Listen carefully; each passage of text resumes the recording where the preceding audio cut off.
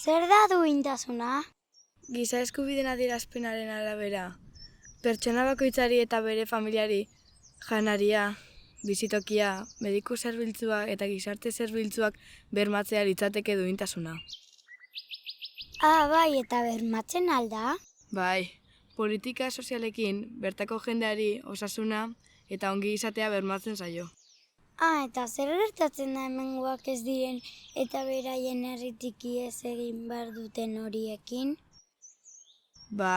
Hori beste kontu bada. Ez aldira pertsonak?